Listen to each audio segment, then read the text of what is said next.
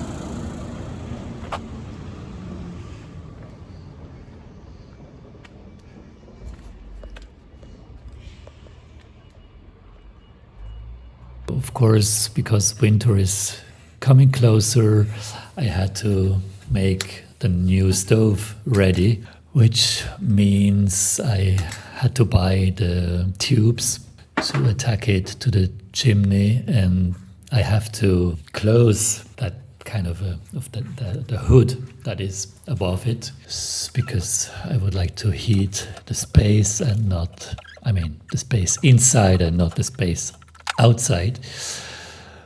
Therefore, I bought some plates that resists the heat, and then I just had to find a solution that it is also removable when the cleaner is coming, the one that is cleaning the chimney once a year.